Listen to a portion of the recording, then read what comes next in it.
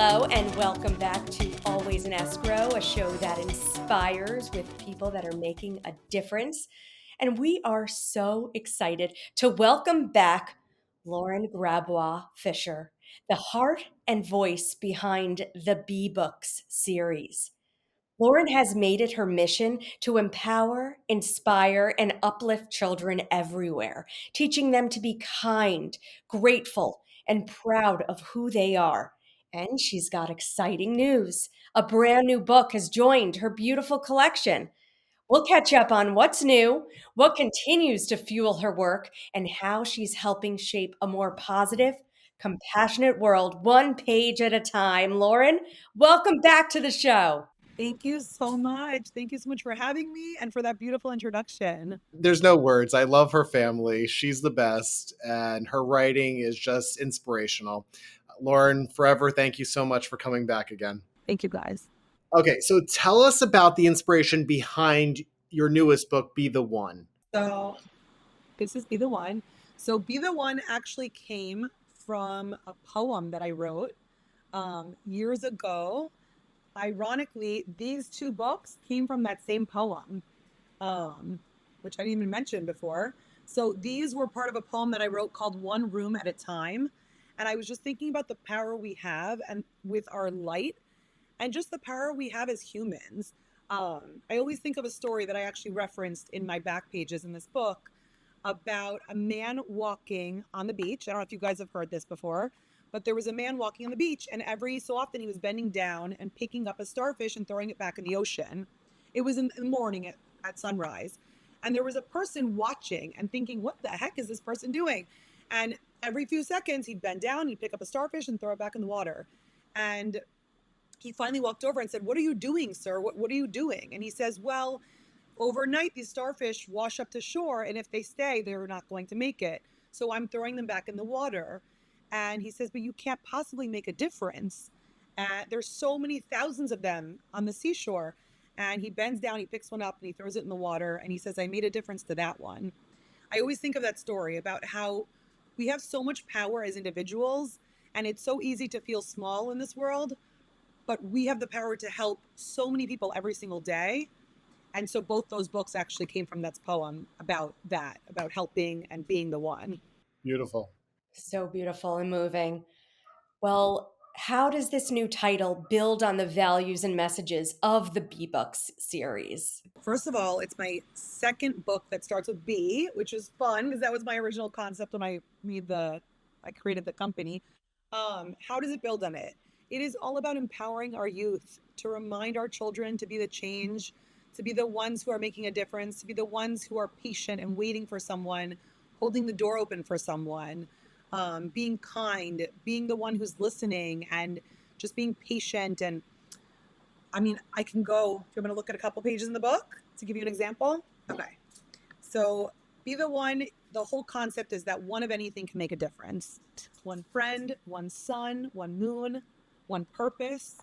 So I'll show you the first page in the book. It's that one sun can light the world so bright. It's pretty incredible when you think about how the entire world is lit by one burning sun, right? Like, if there's not anything, I think that's absolutely gorgeous to think about. The fact that this one thing is keeping us all warm and protected. Okay, another page in the book is one positive action can begin a positive movement. And I wrote Be the Change right there in the sand. One candle can brighten a room of darkness. This one is an extra special page because I love candles, and these happen to be my children as well. And then it ends, I'm skipping around, but it ends with one person can make a change. One is more than enough. One world, one you. Be the one. So how does it tie into my books, my series?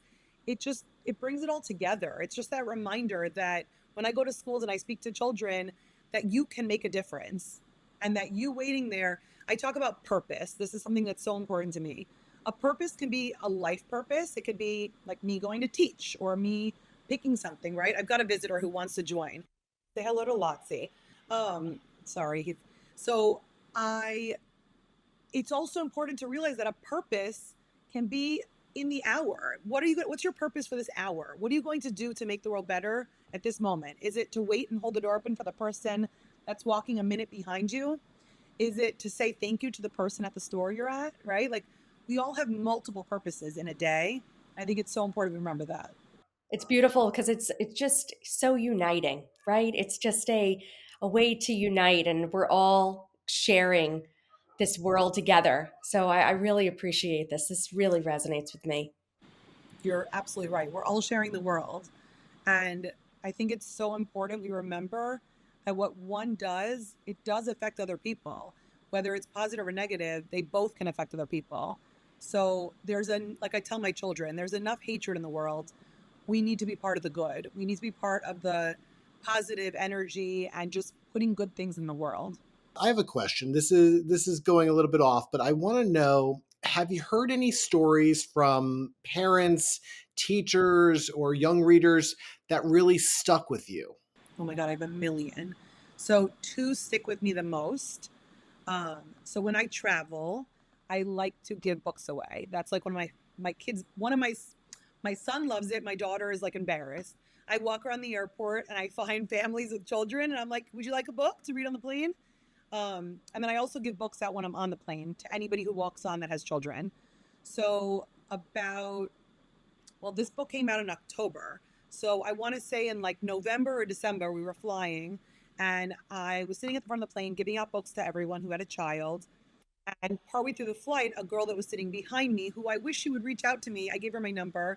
Um, she tapped me on the shoulder and she goes, "I don't have any children with me, but I would love to give one of your books to my niece and nephew." I said, "Sure." So I signed the book for her. And a moment later, she taps me again and she says, I'm going to show you the page. It's the page I already read, but she says, "So my sister recently passed away from cancer and she had red curly hair and she loved sunflowers." And she opened the book and the first scene she saw was this girl.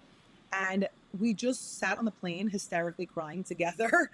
And I felt like I knew exactly why that page was created. I knew why I asked for red curly hair. And of all scenes, that little girl was in the scene with the sunflowers. Um, and then my other one that stands out to me is I recently went to a school and there was a little girl who was so engaged and so respectful and so sweet. And the next day I was delivering more books that the school had ordered. And I happened to run into the mom as she was walking with her child. And since then, we've become wonderful friends. She's like sweet as can be. Her daughter is like a big fan of my books. So she's going through some health stuff, the mom. I gave a set of books to the daughter just because I thought like she loves them, she respects them, and she's my perfect audience. And a couple of weeks ago, I get a voice memo from the mom saying that her daughter got a flower at the preschool she goes to because she included a child on the playground that hasn't been included that much. And the mom said to the daughter, "Why did you do it?" And she said, "Mommy, I had to be the one." Again, I started bawling. Those two stories right there are the reason why this book came out. Like 1,000,000%. I'm already crying. Oh, It really does, right? That these are the moments when it shows the impact that you're making. And, that's why we're here, really shining the light on you, Lauren, and this series that you've created, this collection, and that it's for all children and even the parents of these children. And I would say it's for the parent lovers that are out there, the kid lovers that are out there that are wanting to support this next generation in raising beautiful humans. And you're creating a voice, and you've created an incredible collection of stories. And I think that it's great for kids that are, that may not have much happening in their households and have a very normal life, and kids that are going through some challenges, for themselves or within their family, and how supportive your messages are. So it truly is beautiful. I think it's important that we remind our children how strong they are as human beings and that life throws things at us that are positive and negative. And nobody is free from that. Every human being will have positive things and negative things, some more difficult than others. But I think it's so important we remind our children that they can overcome anything and that they are strong enough and that all they have to do is look within themselves to find what they need to get through things. I do. And I also think an important support system and support. I do. I think friends, I think family. One thing I want to remind, the last time I came on, I told you. So the back of my book, this is the whole collection right now, but the back of the books are meant for those parents to not have to think. And the questions are right there. The inspiration discussion questions are literally given to them. The teacher in me goes right onto the paper. I don't want you to have to think. I want you to read the book and go, like, one star can hold 1,000 wishes. When we wish on a star, can someone else wish on that same star? Does it make the wish less powerful? Just questions to start thinking and asking and getting our kids to be deep thinkers, right? Yes, and have a parent that wants to, or even, just these friends that want to share that message and expose our kids to that. I think we live in a I think a world of so much information, and so many of us have been on spiritual journeys and want to start the spiritual journey for our children earlier, and you're helping that to start that conversation. I love that you said that. I feel like my spiritual journey has always been kind of going, and then I had a hump, like I should say a downward, and it made me even more spiritual, and it's coming out of my books. Because if I learn something, why not teach somebody else? I feel that knowing you, how long do I know? I know you at least 9 years, and I feel that. What advice would you give to parents who are trying to raise kind, resilient, and inclusive kids in today's world? The first thing I think as a mother, so I'm grateful. I'm coming in as an author who's also a mom, who also was a teacher for 9 years. And I feel like all of that together has made me a better writer. I really do. It's also made me a better mom. And I think it's also made me a better author when I go into schools and I speak as a teacher or as an author. I think that we can never assume that our children are learning something. We have to be the ones who are bringing those things up. So if we assume that the teacher in school is teaching my child about kindness, what if that teacher is not teaching them about kindness? What if they're not teaching them to use their manners? I think it's so important that each of us, whether you're a teacher listening or you are a parent listening, that we each take our role seriously and remember how valuable every single adult in a child's life is. And I think that we, like, my children know, if you don't say please and thank you, and it's not because I want respect for me, it's because I want respect for everyone who they're going to interact with. I want somebody to know that they're appreciated and that there's gratitude involved. I think it's also so important we teach our children about gratitude. And look, we live in Boca, right? And it's very easy to feel like, oh, well, I deserve that. Or, oh, but everyone else is getting that. No, I think it's also really important to ground our children and to show them what's out there. My kids, we feed homeless people all the time. Philanthropy is a very big part of our lives. My kids know, like, if you have, you give back. That is very important. And I think whether you have finances to give back or not, you have time, you have love, you have your words, you have so many things you can give back if you can't give back financially. There's so many ways to give back to the world. So I think as parents, as educators, we just need to remember that our children are listening, be a good example, and also teach. Use our time wisely and teach. Yes. And know that we are teaching, and that these messages are coming through. Beautiful. So what's next for the bee books? Are there more titles or new projects in the works? So you're looking in the background, you could see Post-its. I mean, that's a book in the works. To the left of the computer, there is about 20 Post-its here with 20 different book ideas. I've got folders over there. But number 12 is already complete. It just has to go to the printer. And it's called, this is just a printed. Well, for our audience, we got a sneak peek, Yes, people. you're getting a sneak peek. So it's called I Am a Masterpiece. This is just a printed from my printer version.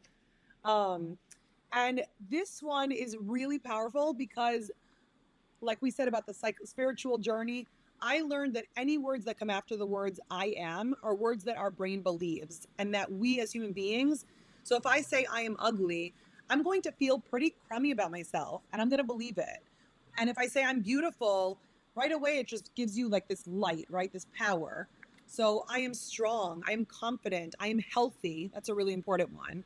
We all have moments where we don't feel so healthy. I am healthy. So this book is about a little girl, and it's her journey through figuring out how she contributes to the world, and it's all I am statements. um I'm going to read you a little bit. You get a little sneak peek. These pictures are not the illustrated ones, but it starts out and it's an empty mural, and it says, I am one person in this giant world. I'm the only one who thinks like me. I'm the only one who sees the world through my eyes. I am an important part of the universe. I am one of a kind, beautiful, and perfectly imperfect. That's before it's colored in. I am patient and gentle. And then it goes through different ways that she's contributing to the world. And at the end, it's this whole mural. It goes, I am a true masterpiece. I am me. And then we see her entire masterpiece, which is the whole mural of like all the ways she contributes to the world. Wow. These are incredible affirmations. And I do agree with you that the I am statements really do create a base, a strength within ourselves. And it's never too late to, or never too early to teach our kids that they too can use these types of I am affirmations and bring that to themselves and see how their world shifts, their mind shifts. You just said something so powerful. It's never too late and it's never too early. We should be teaching our children from birth. Oh, like you are beautiful, you are kind, you are just teaching. Obviously, you're saying you are, but they're listening, and then having them repeat it. And then it's never too late. Like there's no age limit on learning how to be more spiritual or learning how to like guide your mind properly. And right, like our generation in our 40s, we didn't grow up with all of that stuff. We didn't grow up learning it. We're learning it as adults. So it's important to like absorb it at any age. I agree. And giving our kids love and hugging them and just kissing on them so they can give out that love. 100%. And when you have self love, that's when you can give others love, right? So teaching them just to love who they are and to love their differences, and that like they were created to be different with a purpose. There's a reason why, whatever you believe in, whether it's God or the universe, or that they were put on this earth, you're here for a reason. You are not like everybody else for a reason. We love speaking with you, Lauren. I feel so uplifted. This is just a beautiful continuation of our conversation. Thank you, Lauren, for joining our show. And you truly are inspiring just so many people. And we're so thankful. You guys are amazing. Keep doing what you're doing.